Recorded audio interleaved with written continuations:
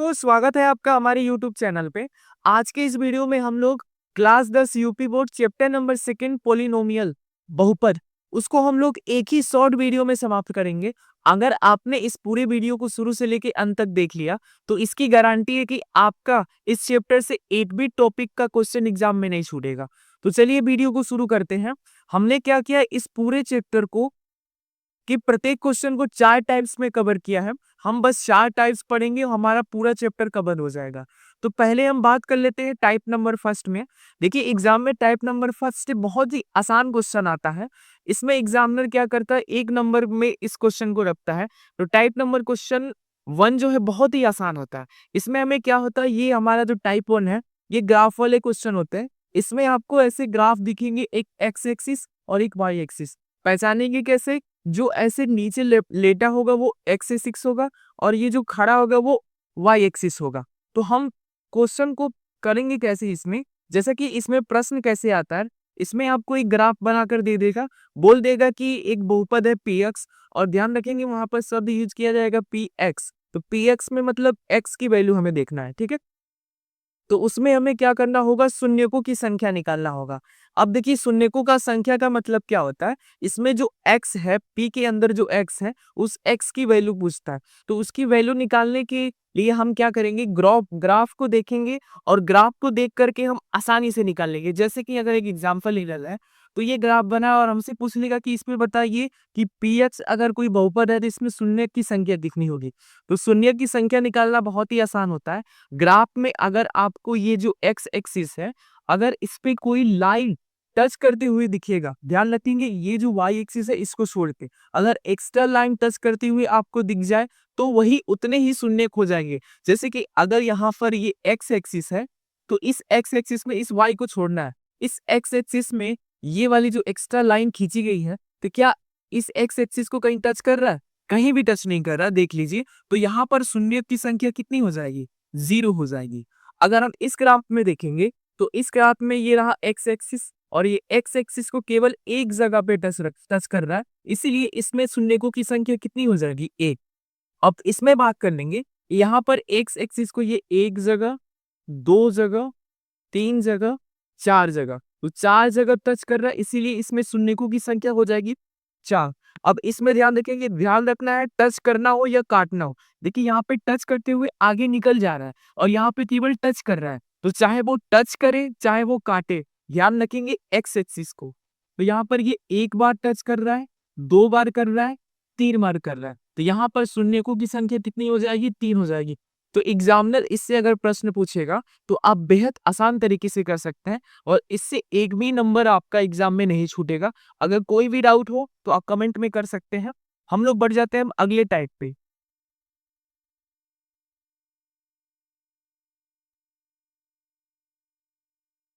अब हम लोग आ जाते हैं टाइप नंबर 2 पे।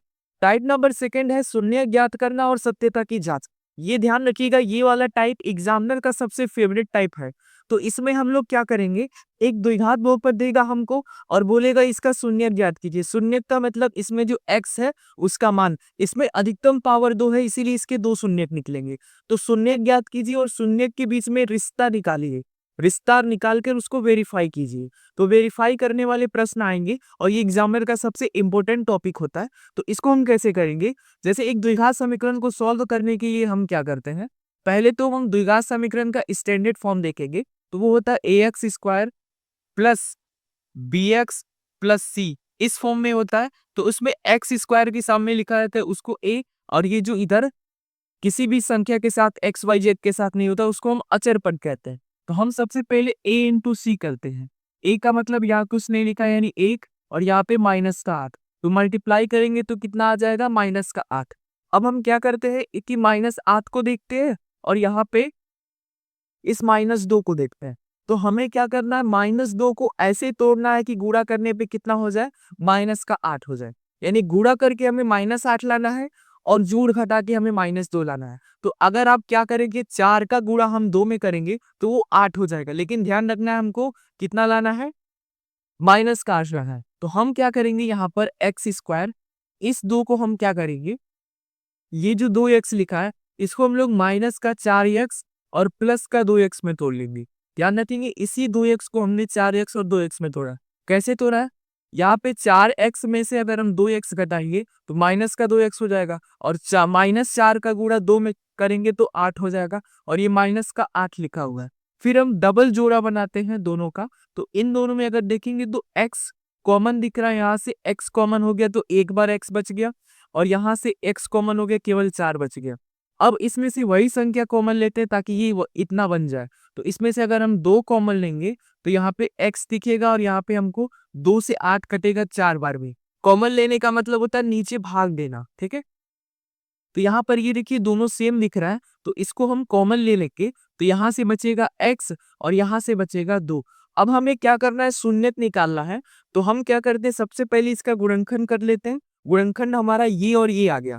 अब शून्यक निकालने के लिए क्या करेंगे, ये जो हमारा गुणनखंड है इसको 0 के बराबर कर लेंगे। तो एक x का मान ये माइनस है, इधर जाएगा तो प्लस, एक x का मान कितना निकलेगा, प्लस का 4, और ये जो है +2, इसको जब हम 0 के बराबर करेंगे तो एक x का मान निकलेगा माइनस का 4।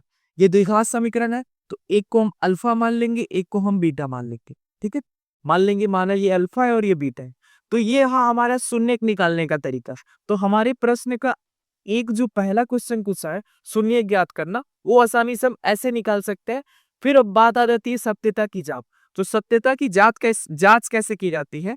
तो सत्यता की जांच करने के लिए, सत्यता की जांच, इसके लिए हम क्या करते हैं, हमको पता है द्विघात समीकरण में सत्यता की जांच के लिए हमें 2 शून्यक मिले हैं। अगर हम दोनों शून्यकों को जोड़ दें तो वो बराबर आना चाहिए माइनस का b बटे का a।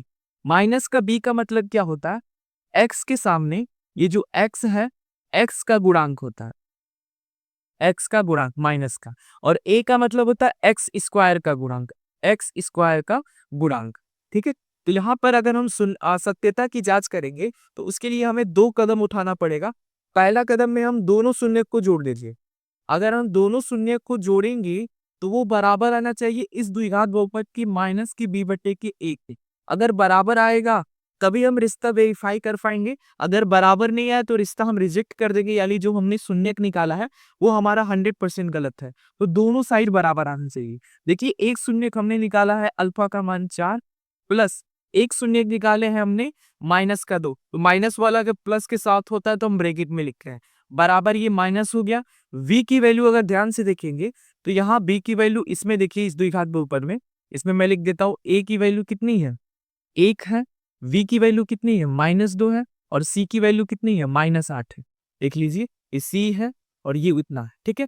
तो v की वैल्यू कितनी है, -2 है, तो ब्रैकेट में रखेंगे -2 और a की वैल्यू हो जाएगी 8। ध्यान रखेंगे ये फॉर्मूला में माइनस होता है और ये b पहले से माइनस, इसीलिए एक एक्स्ट्रा माइनस हो गया। तो इससे भी ध्यान रखिए ये फॉर्मूला का है, और ये यहाँ पर x के सामने जो ये लिखा हुआ है गुणांक, ये माइनस में, इसीलिए इसको माइनस में रख दिया। अब यहाँ से देखेंगे ये प्लस माइनस क्या हो जाएगा, -2 बराबर 2 माइनस एक साथ होते हैं तो प्लस हो जाता है, और नीचे 1 से भाग करेंगे तो ये 2, और 4 नीचे 2 घटाएंगे 2, 2 बराबर 2। देखिए वेरीफाई हो गया। जैसे ही रिलेशन वेरीफाई हो जाएगा तो ये हो गया हमारा सत्यता की जांच। ये तो शून्यकों का योग का सत्यता की जांच है। इसी तरह हम क्या कर सकते हैं, शून्यकों के गुणनफल का भी सत्यता की जांच कर सकते हैं। वो कैसे, अगर गुणनफल की बात कर लें तो ये होता है अल्फा इंटू बीटा, और ये कितना होता है c बटे का a। c का मान कितना है, 8 है, तो इस साइड हम रख लेंगे 8, और a का मान कितना है, ध्यान रखेंगे c का मान ये -8 है, तो यहाँ पे माइनस होना चाहिए क्योंकि c माइनस के साथ है, तो यहाँ पे माइनस हो गया। और a का मान कितना है, ये 1 है, तो नीचे 1 रख लेंगे, और यहाँ पे हो जाएगा अल्फा का मान 4 और बीटा का मान है -2 और 4 गुणा करेंगे, 4 का 2 गुना 8, -8 बराबर -8, तो ये भी बराबर आ गया। इधर भी लेफ्ट हैंड साइड बराबर है राइट हैंड साइड के, और इस तरफ भी लेफ्ट हैंड साइड बराबर है राइट हैंड साइड के, और जैसे ही left hand side right hand side के बराबर हो जाएगा तो ऐसे हम सत्यता की जांच कर लेंगे। तो एग्जाम में आपका पैटर्न यही होना चाहिए। अगर आपको इसमें कोई भी डाउट है तो आप कमेंट में बता सकते हैं, स्क्रीनशॉट लेना चाहें तो ले सकते हैं, मैं हट जाता हूं। तो अब हम लोग क्या कर लेते हैं, ध्यान रखिएगा ये एग्जाम का सबसे इंपॉर्टेंट टॉपिक है। तो इस चैप्टर का अगर ये इंपॉर्टेंट टॉपिक है तो अब हम बढ़ जाते हैं टाइप नंबर 3 पे।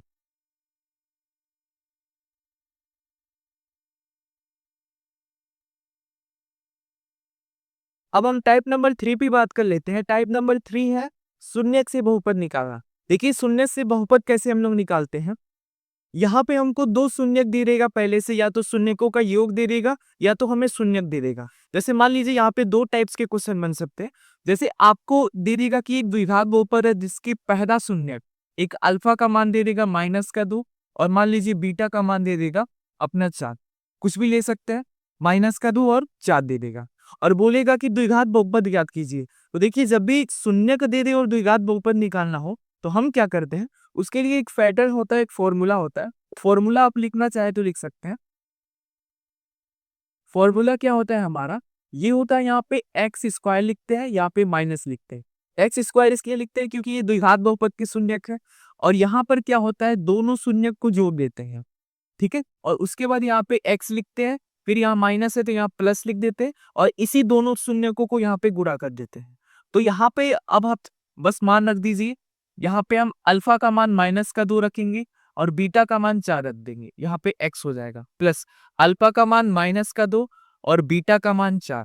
बस हम सॉल्व करेंगे तो ये हो जाएगा एक्स स्क्वायर, और यहाँ पे माइनस के 2 में से 4 घटाएंगे, ये माइनस पहले से था यानी ये आ जाएगा 2, ठीक है। और इधर से ये बचेगा x, और ये 4 का 2 गुना करेंगे 8 माइनस का 8, तो ये प्लस माइनस माइनस का 8 हो जाएगा।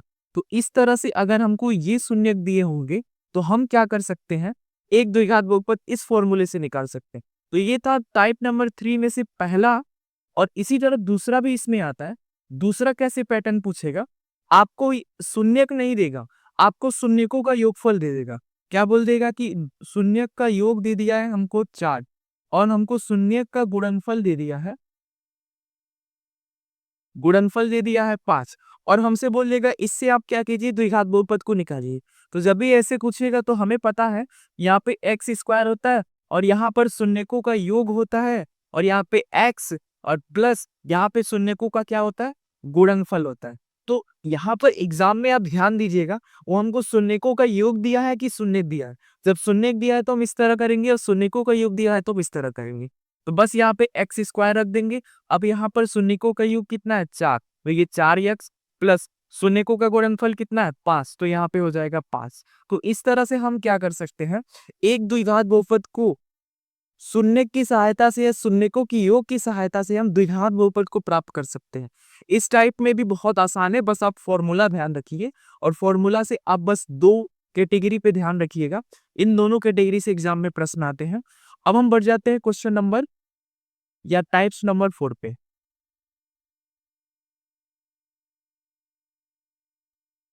अब हम बात कर लेते हैं टाइप नंबर 4 की। देखिए ये हमारे इस पूरे चैप्टर का सबसे कठिन टाइप्स है। अगर एग्जामिनर अगर एग्जाम का पैटर्न कठिन बनाता है तभी इस तरह के क्वेश्चन आपको एग्जाम में देखने को मिलेंगे। तो ये वाला जो टाइप है वो हमारे इस पूरे चैप्टर का सबसे कठिन टाइप है। तो इसको 1 से 2 बार जरूर देख लीजिएगा। इसमें हमें क्या करना होता है, एक हमको कोई सा भी बहुपद दे देगा और उसके 2 शून्य दे देगा। जैसे कि यहाँ पर हमको अधिकतम घात कितना दिख रहा है, 4। इसका मतलब ये है कि ये जो बहुपद है इसके अधिकतम पावर कितने हैं, 4। तो इसके कितने शून्य होंगे, 4 शून्य होंगे। द्विघात बहुपद के 2 शून्य होते हैं, त्रिघात के 3 और चतुर्घात के 4 शून्य। जितने पावर होंगे उतने शून्यकों की संख्या उतनी ही होगी। तो इसमें अधिकतम पावर 4 है, तो इसके हमें 4 शून्य मिलेंगे। और क्या कह रहा है, इसमें से हमको 2 शून्य पहले से दे दिया है और बाकी 2 शून्य निकालना है। तो 2 शून्य का मतलब ये है, यहाँ पे x पे पावर 4 है, यानी x के टोटल 4 मान निकलेंगे। 2 मान हमको दे दिया है, 1 मान, 2 मान और निकालना है। तो यानी यहाँ पे इस प्रश्न को कैसे करेंगे, सबसे पहले देखिए यहाँ पर हमको 1 मान दे दिया है, यानी हमें x का 1 मान दे दिया है करनी में 2। तो यहाँ पे जैसे हम इसको इधर लाएंगे तो x माइनस का करनी में 2 बराबर 0, और 1 मान दे दिया x बराबर माइनस का करनी में 2। इसको इधर लाएंगे तो x बराबर s प्लस करने में 2 बराबर हो जाएगा 0। ठीक है, अब हमें यहाँ पर एक चीज ध्यान रखनी होगी, इन दोनों शून्यकों को अगर हम आपस में मल्टीप्लाई कर दें, x माइनस करनी में 2 और ये है x प्लस करनी में 2, तो यहाँ पर ये फॉर्मूला क्या बन रहा है, ये फॉर्मूला बन रहा है एक ब्रैकेट में a प्लस बी इंटू एक ब्रैकेट में a माइनस बी। तो ये क्या होता है, ये होता है अपना a square minus b square, यानी पहला जो लिखा है उसका स्क्वायर और दूसरा लिखा है उसका स्क्वायर। ध्यान रखेंगे बीच में माइनस होता है, तो पहला लिखा है x का स्क्वायर, बीच में माइनस करनी में 2 का स्क्वायर। तो इसको जब हम सोल्व करेंगे तो ये तो x का स्क्वायर हो जाएगा, और किसी भी करने का संख्या लिखते हैं इसका स्क्वायर करके, तो माइनस लगा के वही स्क्वायर वही संख्या हो जाएगा। तो यानी यहाँ पर हमको एक द्विघात बहुपद मिल जाएगा, और ये किसका गुणनखंड है, ये इसी का गुणनखंड है। तो यहाँ पर हमने इससे क्या किया है, हमने इससे दो शून्य निकाल लिया है, लेकिन हमको जो क्या करना है, इसमें से दो और शून्य निकालना है।